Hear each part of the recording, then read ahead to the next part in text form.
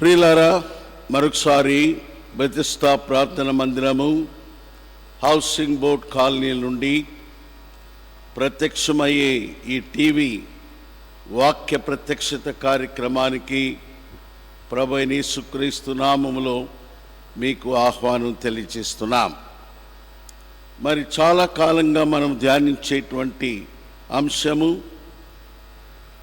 బైబిల్లో కనపరచబడిన దీవెనకరమైన కుటుంబాలు.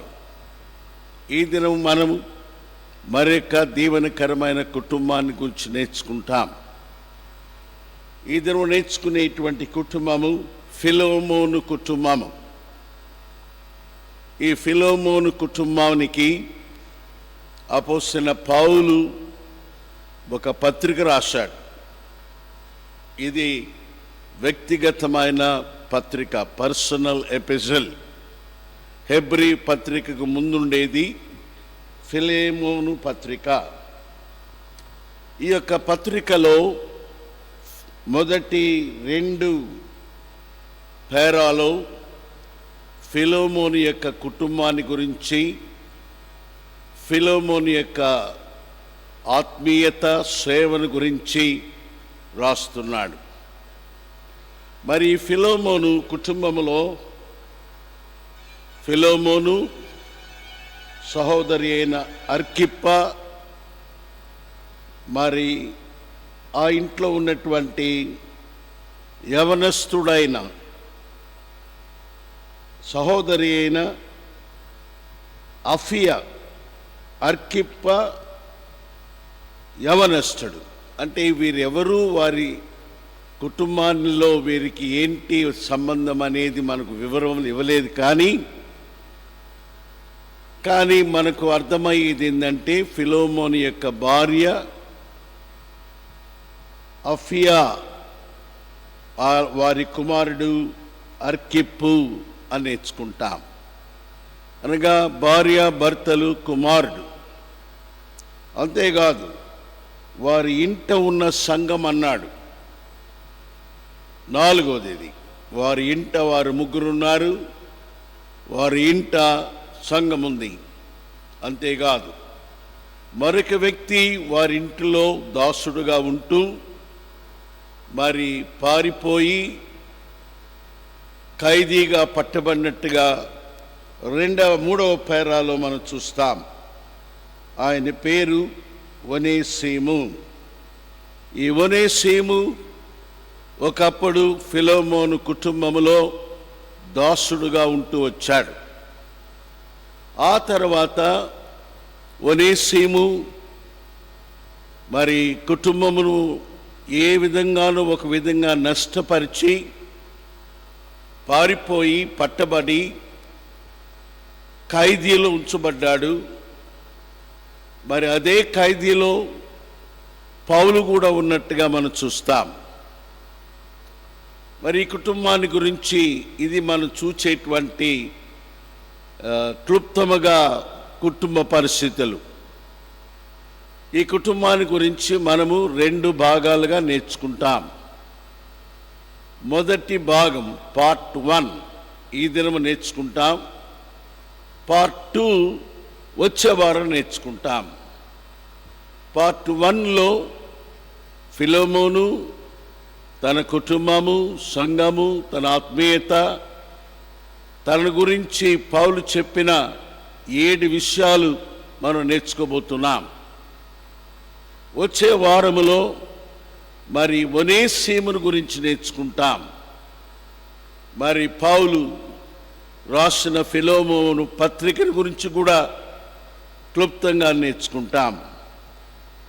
ప్రియులారా, ఈ ఫిలెమోను కుటుంబాన్ని గురించి ఈ ఫిలెమోను పత్రికలోనే మనం చదువుతాం. ఇంకెక్కడ కూడా ఆయన పేరు ప్రస్తావించబడలేదు పౌలు పత్రికలలో. అయితే మరి ఒనేసిమును గురించి, ఫిలెమోను యొక్క సొంత పట్టణమైన కొలస్సీని గురించి కొలస్సీ పత్రికలో మనం చదువుకుంటాం. మరి ఫిలెమోను సొంత పట్టణము కొలసీ పట్టణం అని మనకెట్ట తెలుసు? 2 కారణాలను బట్టి ఫిలోమోను కొలస్సీ పట్టణానికి చెందినవాడని మనం తెలుసుకుంటాం. మొదటిది ఏంటంటే, కొలసీలకు రాసిన పత్రిక 4వ అధ్యాయంలో ఒనేసిము గురించి రాస్తూ, ఒనేసిమును మీ యొద్దకు పంపుచున్నాను, అతడు మీ యొద్ద నుండి వచ్చిన వాడే అని 8-9 వచనాల్లో కలిసి ఉన్నాయి. అక్కడ చెప్పాడు. కొలసీలారా, మరి ఈ పత్రికను నేను తూకీకుకు ఇచ్చి పంపిస్తున్నాను. కొలసీ పత్రికను పౌలు నొద్ద నుండి కొలసీకి తీసుకెళ్లిన సహోదరుడు తూకీకుతో కూడా ఒనేసిమును కూడా పంపుచున్నానని 9వ వచనంలో ఉంది. ఈ ఒనేసిము మీ యొద్ద నుండి వచ్చిన వాడే అంటే ఒనేసిము కొలసీ పట్టణానికి చెందినవాడు. మరి ఒనేసిము కొలసీ పట్టణంలో ఎక్కడున్నాడు? ఆ మాట ఫిలోమోను పత్రికలో మనం చూస్తే 16వ వచనంలో, అతడు కొద్ది కాలము నిన్ను ఎడబాసి ఉన్నాడు అన్నాడు. అనగా ఒనేసిము ఫిలోమోనును ఆయన కుటుంబాన్ని కొంతకాలము ఎడబాస్తున్నాడు. అంటే దీన్ని బట్టి మనకేం చేస్తుంది? ఫిలోమోను నివసించే కుటుంబము కొలసీ అనే దానికి 2 రుజువులు. ఒకటి, కొలసీలకు రాస్తూ పౌలు అన్నాడు 4:8-9లో, నేను తుకిక్కుతో కూడా ఒనేసిమును పంపుచున్నాను, అతడు మీ యొద్ద నుండి వచ్చిన వాడే అంటే కొలసీలో వచ్చినవాడు. మరి కొలసీలో ఎక్కడున్నాడు? ఫిలోమోను పత్రిక మరి 16వ వచనంలో, అతడు కొద్ది కాలము నిన్ను ఎడబాసనన్నాడు. అంటే ఫిలోమోను ఇంట్లో ఉన్నాడు. 2 కారణాలు. 3వ కారణం కూడా ఉంది. మరి ఫిలోమోను యొక్క కుటుంబాన్ని గురించి రాస్తూ తోడి యోధుడైన అర్కిప్పు అని రాశాడు. అదే అర్కిప్పుకు హెచ్చరికిస్తూ కొలసీ పత్రిక రాసేటప్పుడు 4వ అధ్యాయంలో ఆయన 17వ వచనములో ఆ మాట రాశాడు. ఏం రాశాడు? ప్రభువునందు నీకు అప్పగింపబడిన పరిచర్యను నెరవేర్చుటకు జాగ్రత్త పడమని అర్కిప్పుతో చెప్పుము. అంటే అర్కిప్పు కొలసీలో ఉన్నాడని తనకు ఒక హెచ్చరిక ఇస్తూ పౌలు కొలసీ పత్రిక రాస్తున్నాడని మనం చూస్తాం. కనుక ఈ 3 వచనాలను బట్టి ఫిలోమోను మరి కొలసీ పట్టణానికి చెందినవాడిగా మనం తెలుసుకుంటాం. మరి కొలసీ పట్టణములో సంఘం ఏర్పడింది, సంఘం ఉంది. నీ ఇంట ఉన్న సంఘం అని ఫిలోమోను 1:2లో ఉంది. అయితే ఇక్కడ మనం గమనించాల్సింది, పౌలు అక్కడికి వెళ్ళలేదు, కొలసీ పట్టణానికి తను వెళ్ళలేదు. ఆయన ద్వారా అక్కడ సువార్త జరగలేదు, సంఘము కట్టబడలేదు. పౌలు రాసిన 7 సంఘాలకు 9 పత్రికలు రాశాడు. వాటిలో ఒకటి కొలసీ పట్టణంలో ఉన్న సంఘానికి రాశాడు. అయితే పౌలు అన్నాడు, మీరు నా ముఖమును చూడలేదు, నన్ను చూడని వారి కొరకు అన్నాడు. కొలసీ 2వ అధ్యాయం 1వ వచనంలో, మీ కొరకును లవొదికయ వారి కొరకును శరీరరీతిగా మీ ముఖము చూడని వారి కొరకును అన్నాడు. మీ కొరకు అంటే కొలసీల కొరకు, లవొదికయ వారి కొరకు. ఎవరు వారు? శరీరరీతిగా నా ముఖము చూడని వారు. చూడలేదు, కానీ పౌలును గురించి కొలసీలకు బాగా తెలుసు. కొలసీల గురించి పౌలుకు బాగా వివరించిన వ్యక్తి ఎపఫ్రా. రాయబడింది కొలసీ పత్రికలో, ఎపఫ్రా అను మా ప్రియుడు ఏం చేశాడు? ఆయన 8వ వచనములో మీ ప్రేమను మాకు తెలిపినవాడు. అనగా శరీరరీత్యా వారు ఒకరినొకరు చూచుకోలేదు, కానీ అయితే ఒకరి విషయాలు మరొకరు ఎరిగిన వారుగా ఉన్నారు. దీనికి కారణము ఎపఫ్రా అనేటువంటి తోడిదాసుడు. ఈ తోడిదాసుడు మరి ఈ కొలసీ పట్టణానికి మరి సువార్తను ప్రకటించిన సహోదరుడని కొలసీ 1:7 రాయబడింది. ఎపఫ్రా అను మా ప్రియుడైన తోడిదాసుడును వలన మీరు ఈ సంగతులు నేర్చుకుంటుంది. ఏ సంగతులు? సువార్త, ప్రభువైన యేసుక్రీస్తు, సంఘము, దాని మర్మము, ఈ సంగతులన్నీ కొలసీలకు నేర్పించింది ఎపఫ్రా అనే ఆయన. ఈ ఎపఫ్రా కూడా మరి కొలసీకి చెందినవాడని కొలసీ పత్రిక 4వ అధ్యాయములో మనం చదువుతాం. ఎపఫ్రా మీ యొద్ద నుండి వచ్చిన వాడే అని మరి 4వ అధ్యాయం కొలసీలో 12వ వచనములో, కొలసీ 4లో క్రీస్తు యేసు దాసుడైన ఎపఫ్రా మీకు వందనములు చెప్పుచున్నాడు. ఎవరితను? అతను మీ యొద్ద నుండి వచ్చిన వాడే. కాబట్టి ఎపఫ్రా కొలసీకి చెందినవాడు. ఎపఫ్రా కొలసీలకు ఈ వాక్య విషయములను తెలియపరిచినవాడు. అక్కడ అనేకులను రక్షణలోకి నడిపించినవాడు. అంతేకాదు, ఎపఫ్రా కొలసీలో ఉన్న విశ్వాసులను గురించి, వారి ప్రేమను గురించి పౌలుకు తెలియపరిచినవాడు. ఇప్పుడు ఒక విషయం గమనించాల. ఎపఫ్రా మరి సువార్త ద్వారా కొలసీలో అనేకులను ప్రభు వైపు తిప్పాడు. అదే సమయంలో ఫిలోమోను ప్రభు వైపు తిరిగిన రక్షించబడిన దేవుని ప్రజలకు తన ఇంటిలో సంఘమును ఏర్పాటు చేశాడు. అనగా వీరిరువురు కలిసి కొలసీలో సేవా పరిచర్య జరిగించి సంఘమును కట్టినవారు. ఎవరు ఈ ఇరువురు? ఒకరు ఎపఫ్రా, 2 ఫిలోమోను. వీరిరువురు పౌలు యొక్క తోడి దాసుడని పౌలు రాస్తున్నాడు. కొలసీ రాసిన పత్రిక 1వ అధ్యాయం 7వ వచనములో ఎపఫ్రాను మా ప్రియుడైన తోడి దాసుడు అన్నాడు. అలాగే ఫిలోమోను పత్రిక 1వ అధ్యాయములో మరి ఫిలోమోను గురించే రాస్తున్నాడంటే, ఫిలోమోను మరి తోడిదాసుడు, అనగా తోడిదాసుడు, సహోదరుడు, తోడిదాసుడు అని చెప్తున్నాడు. కనుక ప్రియులారా, ఎపఫ్రా కొలసీలో సువార్త సేవ చేశాడు. ఫిలోమోను తన ఇంటిలో సంఘాన్ని ఏర్పాటు చేసుకున్నాడు. అయితే పౌలు కొలసీకి వెళ్ళలేదు.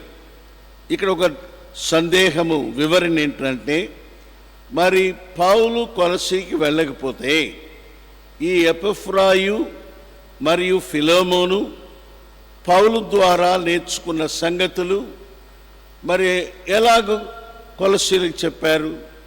లేక ఈ సంగతులు పౌలు వలన ఎక్కడ నేర్చుకున్నారు? వీరిద్దరికీ పౌలుతో పరిచయం ఎక్కడ ఏర్పడింది అని చూస్తే, వారిరువురికి పౌలు ఎఫెసీలో సేవ చేసిన దినాలలో ఎపఫ్రా, ఫిలోమోను ఎఫెసీలో పౌలు పరిచర్య ద్వారా వారు ఆత్మీయంగా దీవించబడి మేలు పొందినవారు. అపోస్తలుల కార్యములు 20వ అధ్యాయంలో మనం చూస్తే, అపోస్తలుడైన పౌలు ఎఫెసీ పట్టణములో 3 సంవత్సరములు ఉండి కన్నీళ్లతో సేవ చేసినట్టుగా మరి చెప్పబడుతూ ఉంది. అపోస్తుల కార్యములు 20 అధ్యాయము 31 నేను 3 సంవత్సరములు రాత్రింబగళ్ళు కన్నీళ్లు విడిచుచు ప్రతి మనుషునికి మానక బుద్ధి చెప్పి తిని అన్నాడు. ఈ విషయం ఎవరితో చెప్తున్నాడు? ఎఫెసీ నుండి పెద్దలను పిలిపించుకొని వారితో మాట్లాడుతూ ఈ విషయాలు చెప్తున్నాడు. అపోస్తుల కార్యములు 20 అధ్యాయము 17 వచనం చదువుతున్నా. అతడు అనగా పౌలు మిలేతు నుండి ఎఫెసునకు వర్తమానం పంపి సంఘపు పెద్దలను పిలిపించాను. వారు తన ఎదుగు వచ్చినప్పుడు వారితో ఇట్లా నేను కనుక నేను మీ మధ్య 3 సంవత్సరములు కన్నీరు విరుచు పరిచర్య చేశాననే మాటలు అపోస్తలుడైన పౌలు ఎఫెసీ నుండి పిలిపించుకొనిన ఎఫెసీ సంఘపు పెద్దలతో చెప్తున్నాడు. అంటే ఎఫెసీలో పౌలు 3 సంవత్సరాలు ఉన్నాడు. ఆ 3 సంవత్సరముల కాలములో జరిగిన పరిచర్య అపోస్తలుల కార్యములు 19వ అధ్యాయములో రాయబడింది. ఆ 3 సంవత్సరములు పౌలు ఎఫెసీలో పరిచర్య అద్భుతమైన రీతిలో జరిగించినట్టుగా మనం చూస్తున్నాం. ఎంత అద్భుతంగా జరిగించబడిందంటే ఎఫెసీ నుండి దేవుని వాక్యము ఆసియా అంతటా, ఆసియాలో కాపురం ఉన్న వారికి అందరికీ వాక్యము తెలియచేయబడినట్టు ఉంది. అపోస్తలుల కార్యములు 19వ అధ్యాయము 10వ వచనంలో మనం చూస్తే 3వ లైన్లో ఆసియాలో కాపురం ఉన్న వారందరూ ప్రభు వాక్యం వినిరి. కనుక ప్రియులారా, మరి ఎఫెసీ ఆసియాలో ఉన్నటువంటి ఒక సంఘం. ఈ మాట ప్రకటన 1వ అధ్యాయములో మరి ఆసియాలో ఉన్న 7 సంఘములు అన్నాడు కదా. ఆసియాలో ఉన్న 7 సంఘాల్లో మొదటి సంఘము ఎఫెసీ సంఘం. కనుక ఆసియాలో ఎఫెసీ ఉంది. ఎఫెసీలో 3 సంవత్సరాలు ఉన్నాడు. ఆ 3 సంవత్సరములో ఆసియా ప్రాంతమంతా వాక్యము వ్యాపించబడింది. ఎఫెసీకు చాలా సమీపంగా ఉండి పట్టణాల్లో ఒకటి కొలస్సీ పట్టణం, రెండవది లౌదేక్య పట్టణం. కనుక ఈ పట్టణాల్లో కూడా వాక్యము ప్రబలింది.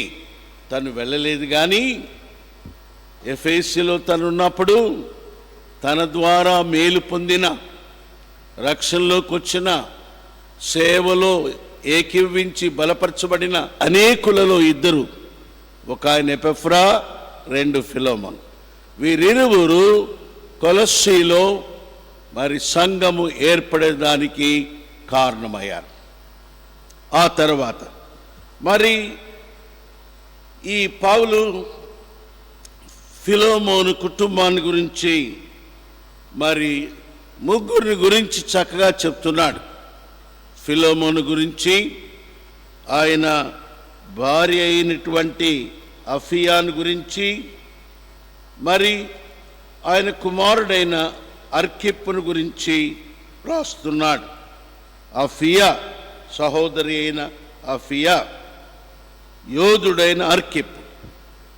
మరి 3 గురించిన దీవెనకరమైన కుటుంబంలో ఉండేది 3 కూడా పరిశుద్ధ ఆత్మ వారి 3 లేఖనాలలో మరి ప్రస్తావిస్తున్నట్టుగా చూస్తున్నాం. ఆ కుటుంబము ఎంత మరి ఆశీర్వాదకరమైన కుటుంబం అంటే, వారింటిలో సంఘం పెట్టుకున్నారు. సంఘము వారింట్లో ఉంది, కొలసీలో ఉన్న సంఘము. మరి అఫియా ప్రియమైన సహోదరి, మరి ఆ సంఘములో ఒక సైనికుడుగా, యోధుడుగా, పరిచర్య కలిగిన వాడుగా మరి అర్కిప్పు ఉన్నాడు. కొలసీ పత్రిక 4వ అధ్యాయములో మనం చూస్తే 17వ వచనములో పరిచర్యను నెరవేర్చుటకు, అప్పగింపబడిన పరిచర్యను నెరవేర్చుటకు జాగ్రత్త పడమని అర్కిప్పుతో చెప్పుడి. కనుక మరి ఫిలెమోను కుటుంబంలోని యవనస్తుడు అర్కిప్పు తనకు పరిచర్య అప్పగించబడినట్టుగా వాక్యం ఉంది. ఈ అప్పగించబడిన పరిచర్యను నమ్మకంగా జరిగించమని కొలసీ పత్రిక రాస్తూ చివరిలో ఆ మాట చెప్తున్నాడు. కనుక ఈ ముగ్గురు, ఫిలెమోను, మరి సహోదరైన అఫియా, యవనస్తుడు యూదుడైన అర్కిప్పు, మరి కుటుంబముగా సంఘాన్ని బాధ్యత తీసుకొని కొలసీలో ఉన్నారు. ఫిలెమోను గురించి 7 విషయాలు పౌలు చెప్తున్నాడు. 7 విషయాలు ఏంటవి? క్లుప్తంగా చెప్తాను, వినండి. మొదటిది, ఆయన ప్రేమను గురించి రాస్తున్నాడు. 4వ వచనంలో, ఫిలెమోను ఒకే అధ్యాయం ఉంది, అందులో 4వ వచనంలో నీ ప్రేమను గురించి, మరి నీ ప్రేమ. రెండవది 4వ వచనంలో నీకు కలిగి ఉన్న విశ్వాసము. ప్రేమ, విశ్వాసము అనగా ప్రేమను గురించి బైబిల్ ఏం చెప్తుంది? దేవుని ప్రేమతో సంపూర్ణ హృదయముతో ప్రేమించాలా, దేవుని ప్రేమించాలా, సహోదరుని ప్రేమించాలా, పొరుగువారిని ప్రేమించాలా, ఇంకా క్రొత్త నిబంధన ప్రకారం మరి శత్రువును కూడా ప్రేమించాలని మత్తయి 5:44లో ప్రభువు చెప్పాడు. కనుక ప్రేమ కలిగిన వాడు. ఈ ప్రేమను గురించి తను విన్నాడు, పౌలు విన్నాడు. ఎపఫ్రా ద్వారా తన ప్రార్థనలో జ్ఞాపకం చేసుకుంటున్నాడు. రెండవది 4వ వచనంలోనే నీకు కలిగి ఉన్న విశ్వాసము చాలా గొప్పది. మరి సేవలో ఉన్నవారు, సంఘము నడిపించేవారు మరి విశ్వాసము కలిగిన వారుగా ఉండాల. ఈ విశ్వాసం అనేది బైబిల్లో గుణాత్మకంగా చెప్పబడుతుంది, అలాగే మరి పరిమాణ రూపములో కూడా చెప్పబడుతుంది. గుణాత్మకం అంటే క్వాలిటేటివ్, క్వాంటిటేటివ్ పరిమాణ రూపములో. ఎందుకంటే మరి విశ్వాసము, మరి అల్ప విశ్వాసము, మరి గొప్ప విశ్వాసము, మిక్కిలి గొప్ప విశ్వాసం, faith, little faith, great faith, so great faith అనగా పరిమాణమును బట్టి పెరుగుతూ ఉంది. రెండవది గుణాత్మకమైంది, క్వాలిటేటివ్ ఫెయిత్. అదేంటది? మరి 2 తిమోతి 1:5లో తిమోతి నీలో ఉన్న నిష్కపటమైన విశ్వాసము, అన్ఫ్రెయిన్ ఫెయిత్. కనుక గుణాత్మకమైంది. కాబట్టి అట్టి విశ్వాసము ఫిలెమోను కలిగినట్టుగా మరి పౌలు సాక్ష్యమిస్తున్నాడు. మొదటిది ఫిలెమోను కలిగి ఉన్న ప్రేమ, రెండవది ఫిలెమోను కలిగి ఉన్న విశ్వాసం. మూడవది 6వ వచనములో ఫిలెమోను చివరి దాంట్లో మరి శ్రేష్టమైన వరం అన్నాడు. ఫిలెమోను శ్రేష్టమైన వరము. శ్రేష్టమైన వరముల్లో మరి ఒకటి ప్రవచన వరము. సంఘము నడిపించే వారికి ఆ దినాల్లో ప్రవచన వరము చాలా అవసరమైంది.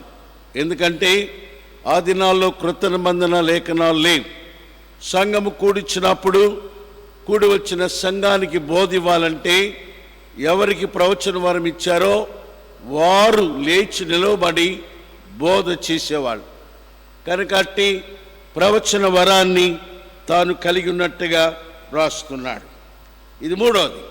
నాలుగవది ఫిలెమోను 7వ వచనములో పరిశుద్ధుల హృదయము, సహోదరుడా ఫిలెమోను, పరిశుద్ధుల హృదయములు నీ మూలముగా విశ్రాంతి పొందినవి అంటాడు. అంటే సంఘాన్ని పెట్టుకొని అందులో ఉన్న సహోదరులు సంఘమంతా కూడా తన మూలముగా మరి విశ్రాంతి, ఆదరణ, నెమ్మది పొందారు. అనగా ఇది షెఫర్డింగ్ మినిస్ట్రీ అనగా కాపరి సంఘములో ఉన్న వారికి మరి విశ్రాంతిని, నెమ్మదిని సమాధానమును పోషణను కల్పించేవాడుగా ఉండాలి. కాబట్టి ఫిలోమోను ద్వారా సంఘమునకు విశ్రాంతి, నీ మూలముగా సహోదరులకు విశ్రాంతి కలిగింది. చూసారా ఆయన ప్రయాస. ఇది 4వది. 5వది రాస్తాడు, నీకు ప్రతిగా పరిచర్య చేసేవాడిన అడన్నాడు. ఏమన్నాడు అక్కడ? నీకు ప్రతిగా పరిచర్య చేయటానికి మరి ఈయన వచ్చాడు. ఎవరు? ఒనేసిము. పరిచర్య గురించి 13వ వచనం రాస్తాడు. 13వ వచనంలో నీకు ప్రతిగా అతడు అంటే ఒనేసిము నాకు పరిచారము చేయ నిమిత్తము నా ఇద్దున్నాడు. అంటే నీకు ప్రతిగా అంటే ఫిలోమోను, నువ్వు నాకు పరిచయం చేస్తూ వచ్చావు. ఇప్పుడు నీకు ప్రతిగా ఒనేసిము వచ్చాడు. అనగా మరి పౌలు 3 సంవత్సరాలు ఎఫెసీలో ఉన్నప్పుడు ఫిలోమోను పౌలునకు పరిచయం చేసేవాడుగా ఉన్నట్టుగా ఉన్నాడు. ఇప్పుడు పౌలు చెరలో ఖైదీలో ఉన్నాడు.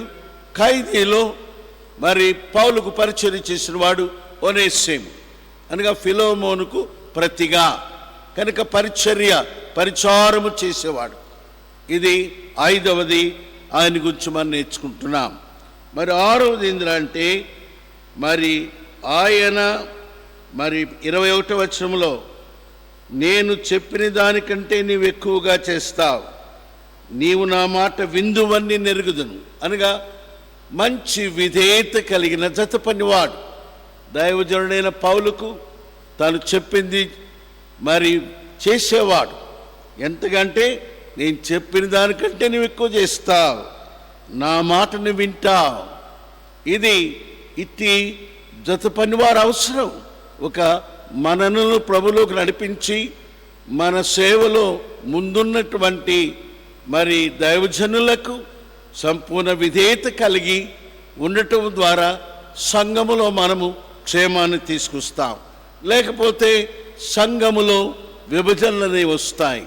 కనుక సంపూర్ణ విధేయత కలిగిన జత పనివాడుగా ఈ యొక్క 6వ లక్షణం. చివరిగా 7వ లక్షణం ఏంటంటే మరి 22వ వచనంలో చివరి మాట, నా నిమిత్తము బస సిద్ధము చేయము. నువ్వు నా కొరకే ప్రార్థన చేస్తున్నావు. నీ ప్రార్థన మూలంగా 22లో నేను నీకు అనుగ్రహించబడతాను. అంటే నేను ఖైదీగా ఉన్నా, నీ ప్రార్థన ద్వారా నేను విడుదల పొంది నీ ఎదుకు నేను వస్తా. నేను వచ్చినప్పుడు నాకు బస సిద్ధము చేయము అంటాడు. ప్రియులారా, దేవుని దాసులకు ప్రవక్తలకు బస సిద్ధము చేసిన వాళ్ళు చాలామంది ఉన్నారు. ఉదాహరణ మరి 2వ రాజుల గ్రంథములో మరి షూనేమీరాలు మరి ఎలీషాకు బస సిద్ధం చేద్దామని తన భర్తతో చెప్పి మేడ మీద చేసింది. అనగా ఈనాడు మరి దైవ సేవకులకు వారికి అనుకూలమైన నివాసము బస ఏర్పాటు చేయటంలో మరి ఫిలోమోను మరి బాధ్యత వహిస్తున్నాడని చూస్తున్నాం. కనుక 7 విషయాలు ఫిలోమోను గురించి మరి పౌలు రాశాడు. ఒక్కసారి మళ్ళా చెప్తున్నా. 1 ప్రేమ, 2వది మరి విశ్వాసము, 3వది శ్రేష్టమైన వరము, 4వది పరిశుద్ధుల హృదయములకు ఆదరణ నెమ్మది, 5వది మరి పరిచర్య ఉపచారము, 6వది మరి సంపూర్ణ విధేయత, 7వది బస సిద్ధము చేయటం. Such a blessed family. కాబట్టి ప్రియులారా, ఈ కుటుంబంలో ముగ్గురు గురించి మనం చూచాం. అలాగా మన కుటుంబాలు కూడా ఉండాలని యేసు ప్రభు నామములో ప్రార్థన చేసుకుందాం. ప్రేగల తండ్రి, మీకు స్తోత్రాలు. ఫిలోమోను కుటుంబాన్ని గురించి మేము ధ్యానించాం. దేవా, మరి ఆ కుటుంబంలో ఉన్న 3 సభ్యులు మా తండ్రి వారికి తగిన పరిచయం వారు చేస్తున్నారు. ఫిలోమోను మరి 7 ఆత్మీయ సుగుణాలు కలిగినట్టుగా మేము చూసాం. మా కుటుంబాల్లో మేము మా తండ్రి మరి యజమానుడుగా ఫిలోమోను వలె సంఘము సేవలో కుటుంబాన్ని నడిపించుకోవటంలో దీవెనకరమైన కుటుంబంగా కట్టుబాటులో ఫిలోమోను కుటుంబం వలె సహాయము చేయమని యేసు నామములో ప్రార్థిస్తున్నాము తండ్రి. ఆమెన్.